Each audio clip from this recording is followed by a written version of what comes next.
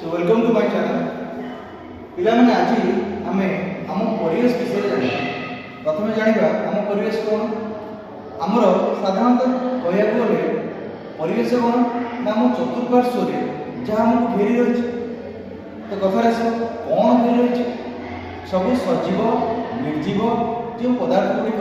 आम चतुर्पार्श्व आमको घेरी रही नदी नाल बण पहाड़ इत्यादि जहाँकि आम दैनंदिन कार्य आमको प्रभावित करता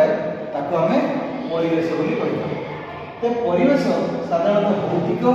जैविक आउ मानवीय ये तीन भाग में विभक्त होता है। भौतिक कौन जहाँ जीवन ना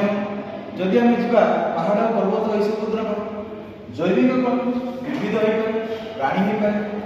आदि आम स्पेशल देखा आम सब मानव तेणु आम मानक मानवीय परिवेश गठे यापर जो आम देखा पृथ्वीर स्थान कौट सूर्य ठार 149.6 149.6 किलोमीटर दूर हूँ किए ना सूर्य ठार पृथ्वी दूर आम जानू बुध शुक्र तापर पृथ्वी प्रथम द्वितीय दुईटी ग्रह छाड़ा तीन नंबर आम पृथ्वी आम पृथ्वी हूँ गोटे ग्रह जहाँ आम जलीय ग्रह कही आम पृथ्वी हूँ गोटे ग्रह जी जो थे कि जीवन संभव हो जीवन संभव कहीं जान केवल वायु